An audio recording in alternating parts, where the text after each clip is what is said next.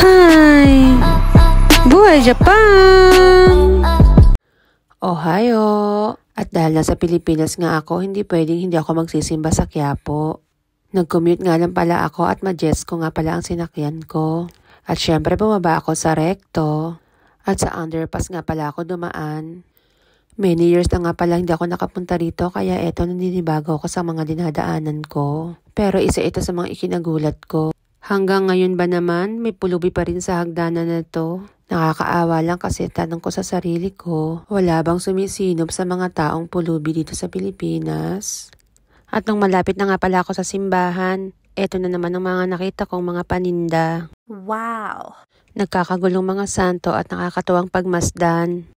Minsan naiisip ko gusto kong bilhin lahat pero saan ko naman yan ilalagay? At dahil sa parang palengke nga kami dumaan so kaya ayan dito nga pala ako sa gilid lumusot. Alam nyo ba bago mag-pandemic, naka-experience ako ng isang bagay na hindi ko pa naranasan sa buhay ko. 2020, Piyesta ng Quiapo. Naranasan ko rin yung mga ginagawa ng mga deboto. Yung magsiksikan sila para lang makahawak sa paa ng Nazareno.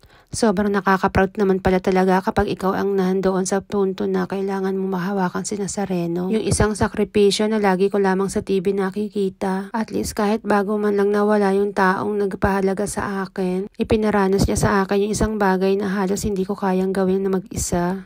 Kaya kapag nagpupunta ako ng Quiapo, naalala ko yung mga panahon na nagsakripisyo rin ako para kay Nazareno. Isang pasasalamat ko para sa kanya sa araw-araw na paggabay niya sa akin, sa amin ng pamilya ko, sa araw-araw na ikinikilos ko, sa mga problemang dumarating sa akin na kahit anong bigat pero nasusolusyonan ko, lalo na itong mga huling araw. Para akong pinagsakloban ng langit at lupa. Yung ang dami mong tanong sa sarili mo pero walang makasagot, kadalasan iniiyak ko na lang.